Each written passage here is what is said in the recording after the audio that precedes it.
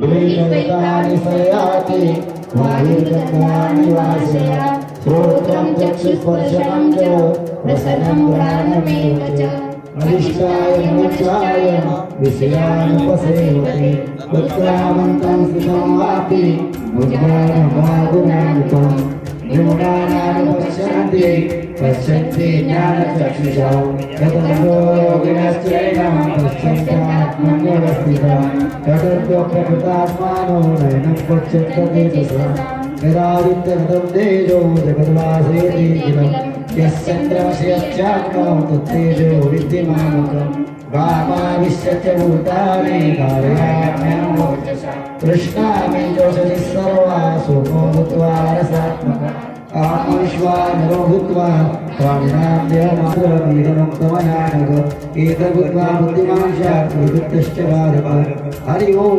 तत्सदिति श्रीमद्भगवद्गीता सुपनिषत्सु ब्रह्मविद्यायां योगशास्त्रे श्रीकृष्णार्जुन संवादे पुरुषोत्तमयोगो गुणान् पञ्चदशो ओम सहनावतु सहनो भुनक्तु सवीर्यं करवावहै तेजस्विनावधीतमस्तु मा विद्विषावहै हरि ओम शांति शांति शांति पुंडरीकवतारितो श्री ज्ञानदेव पंढरीनाथ भगवान मौली ज्ञानेश्वर महाराज जगद्गुरु तुकाराम महाराज की गुरु संत शिवराम महाराज गुरु संत भोजने महाराज नमः पार्वती पते हर हर गंगा मैया की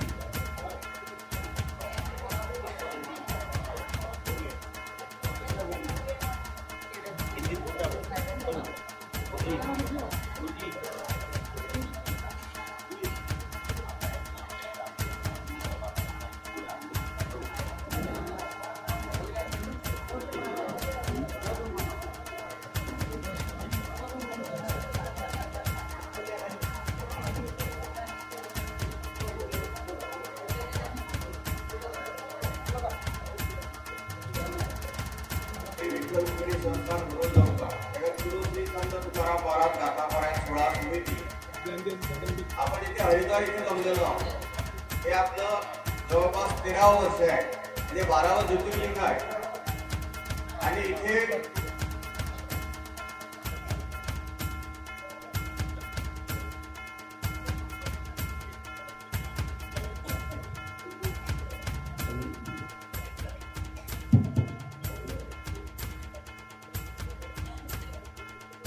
गुरु ब्रह्मा गुरु विष्णु गुरुदेव महेश्वरा गुरु साक्षात परब्रह्म तस्मै श्री गुरुवे नमः।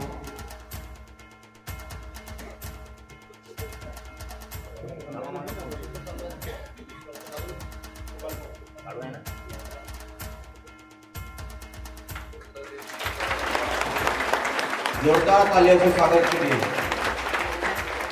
और इसके बाद में जो भी भक्तगण हरिद्वार आएंगे और 4 धाम यात्रा के लिए आएंगे तो सत्यम महाराज उनके लिए भी हमेशा के लिए तैयार रहेंगे। इसके बाद में लाला जी का सत्कार करेंगे हमारे राजीव भाऊ पुड़े।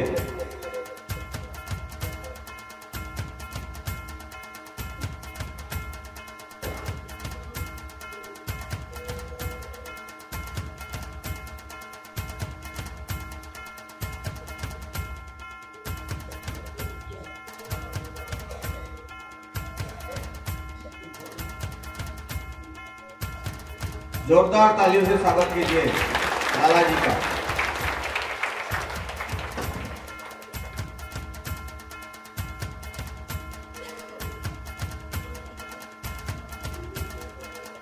श्री गंगा मैया की जय। बोलिए श्री संत तुकाराम जी महाराज की जय। वैसे आप लोग, मुझे मराठी नहीं आती, लेकिन फिर भी हिंदी में मैं बोलना चाहूँगा कि आप लोग पिछले 7 दिवस से यहाँ कथा श्रवण कर रहे हैं और आचार्य जी गुरु जी ने बहुत ही पूरे लगन से इसका पाठ करवाया। मैं आप सभी भक्तों का भी देख के, वैसे यहाँ कथाएं बहुत होती रहती हैं, लेकिन आप लोगों का जो सुनने की लगन और जो पाठ करने की लगन है उसको देख के मैं सचमुच आश्चर्यचकित हूँ।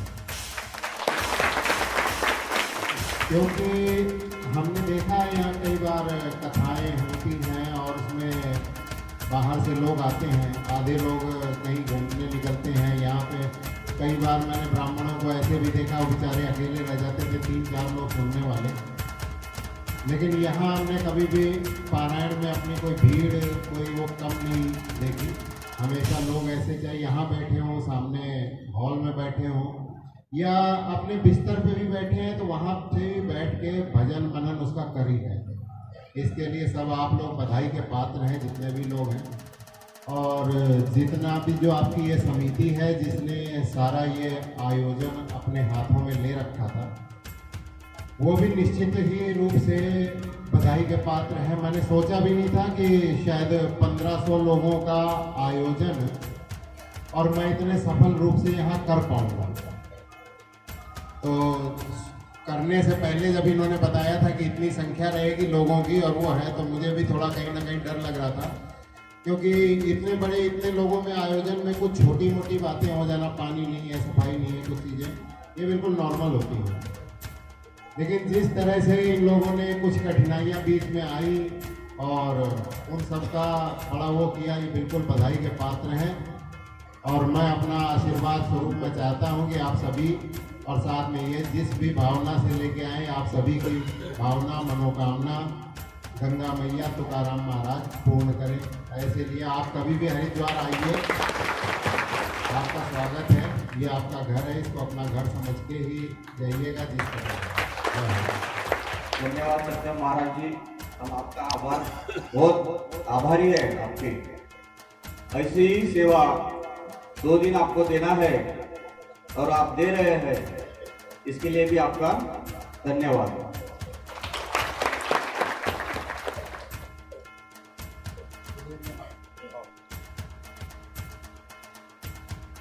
यानंतर स्वप्नील भाऊ गायकवाड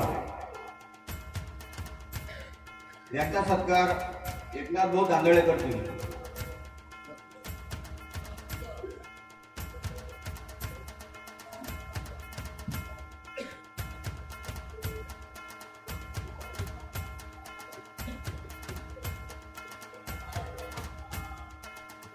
तोरे दादा जिथे असतील त्यांनी स्टेजवर यावं।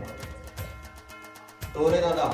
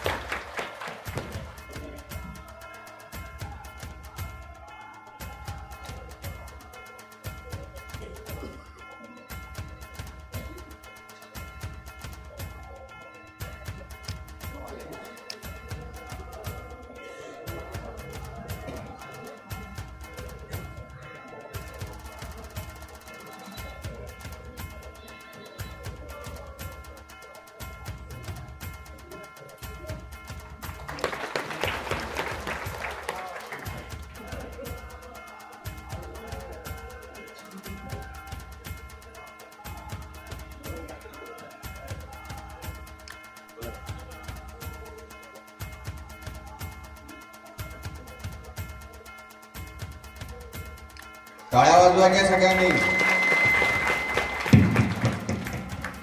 यानंतर चांदूरकर महाराजांचा सत्कार राजीव करतील अशी मी त्यांना विनंती करतो।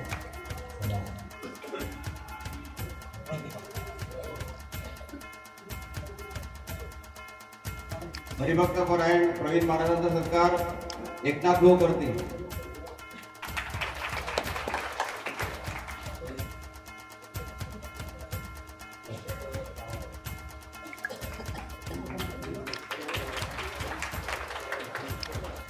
यानंतर आजचे कीर्तनकार त्यांचा आपल्याला ऍडव्हान्स मध्ये सत्कार घ्यायचा आहे। आमचे लोकप्रिय कीर्तनकार हरिभक्त परायण बेदकर महाराज यांचा सत्कार विनोद भाऊ करतील अशी मी त्यांना विनंती करतो।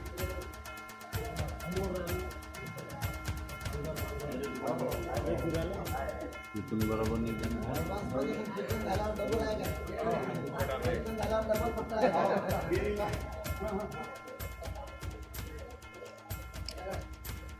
त्यानंतर हरिभक्त परायण जोंजळ महाराज यांचा सत्कार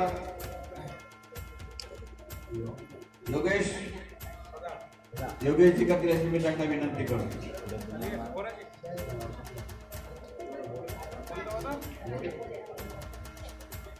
त्यानंतर हरिभक्त परायण मोरे महाराज यांचा सत्कार डॉक्टर साहेब करतील अशी मी त्यांना विनंती करतो।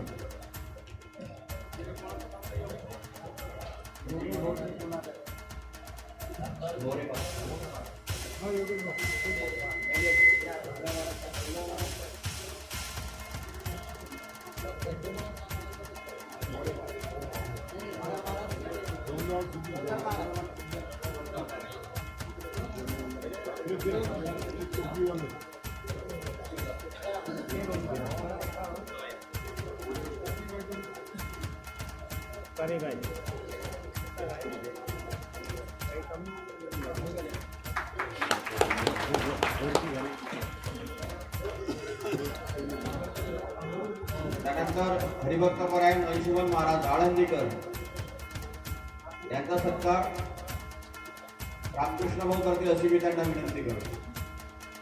थोडे दादा।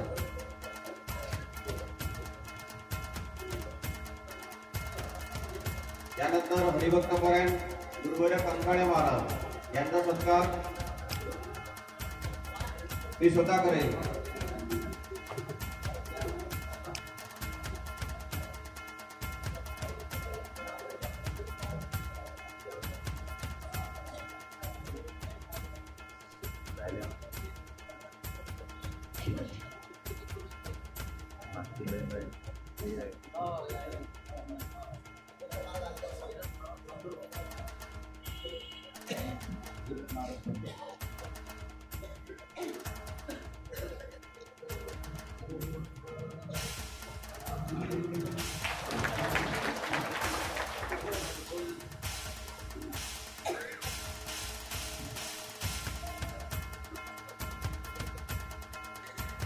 वैकुंठवासी शिवराम महाराज पवार, वैकुंठवासी भोजने महाराज,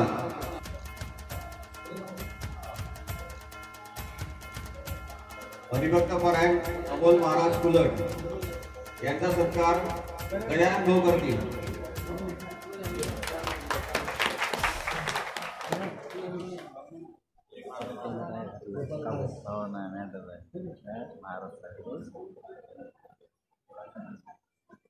तिथंच घ्या ना, समोर समोर समोर घ्या जा थोडस.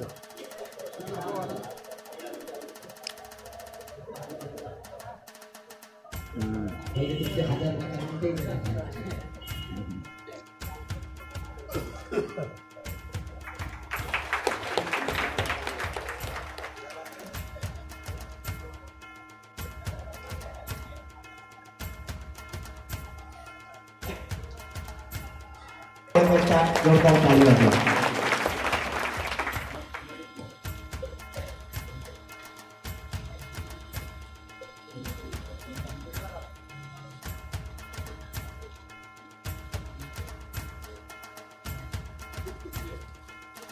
आमच्या गुरुवारांनी बऱ्याचदा प्रयत्न केला की आमच्या इकडे गुरुजी प्राचार्य झाले, म्हणजे आमचे फुले गुरुजी, की मी त्यांच्या भेटीला येतो पण गुरुजीचा एवढा व्यस्त कार्यक्रम होता आणि योग असे की आम्ही 15 दिवस आमच्या मागे निकालाची गडबड होती.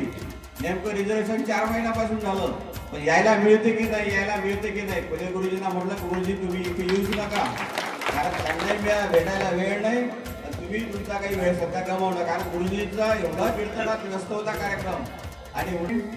आणि माझ्यासारख्या एका सामान्य माणसाला एवढा मोठा सत्कार दिला, खरोखरच मी स्वतःला धन्य समजतो.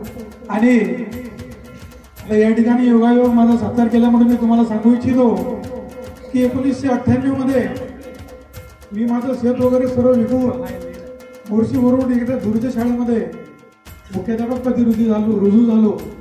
आणि दुर्दैव असं की ती शाळेमध्ये माझी फसवणूक झाली आणि गावामध्ये सगळीकडे मला वेगळ्या पद्धतीने हिनवलं जायचं, आईवडिलाला हिनवलं जायचं, ती शेती विकली.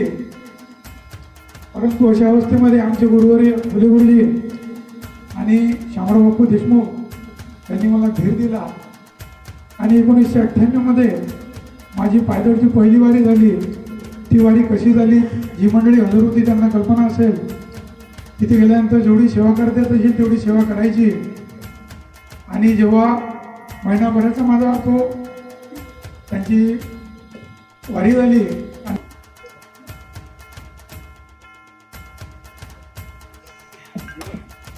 त्यानंतर आपले जे जगद्गुरु श्री संत तुकाराम महाराज गाथापरायण सोहळा समिती आहे आणि या समितीमध्ये सगळ्यात जास्त महिला मंडळ आहे आणि या महिला मंडळांचा सत्कार करणं सुद्धा आपलं कर्तव्य आहे. तर हे कर्तव्य आपल्याला पार पाडायचं आहे. पण आता एवढ्या सगळ्या महिलांचा सत्कार आपण घेऊ शकत नाही, तर त्या निमित्त या सगळ्यांच्या वतीने आपण हरिभक्तपरायण मीराबाई सरोदे यांचा सत्कार करणार आहोत. सगळ्या महिला मंडळाच्या वतीने, सर्व समितीच्या वतीने. तर मी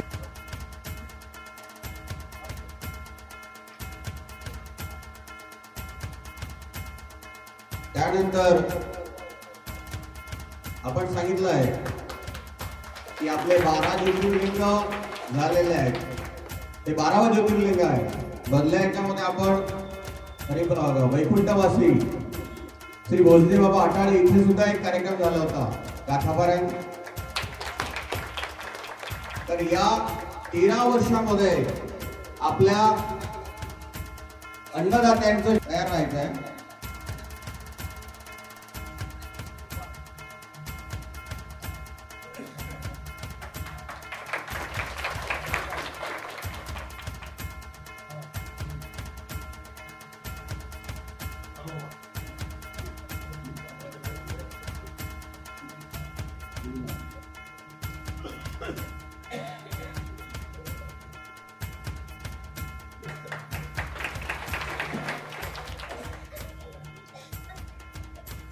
यानंतर श्री हरिभक्त परायण पांडुरंग दादा चराटे विटाळी यांचा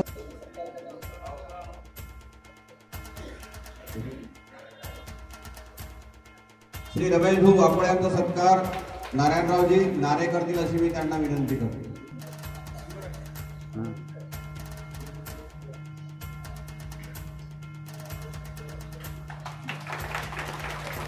मनोहर दादा लोढम आहेत का हजर? त्यानंतर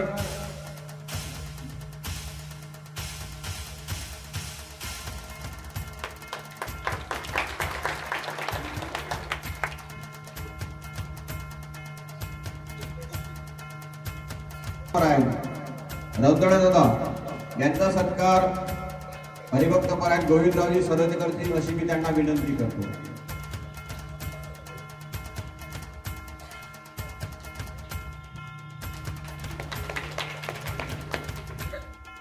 हा उद्या आपला जो महाप्रसादाचा कार्यक्रम आहे, समारोपीय कार्यक्रम, हा आमचे दादा गणेशराव दादा रौदळे निमखेड बाजार यांच्याकडून आहे. यांच्यासाठी सगळ्यात जास्त टाळ्या झाल्या पाहिजे, कारण उद्या मेजवानी आहे आपल्याला, म्हणजे उन्हाळ्याचे दिवस आहेत त्यासाठी सांगतोय. काय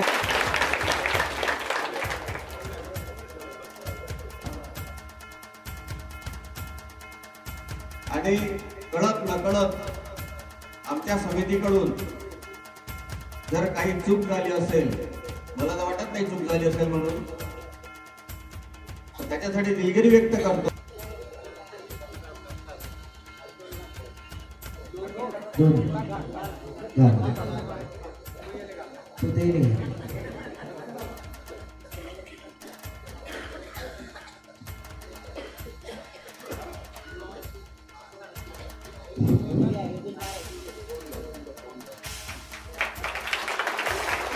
शिवराम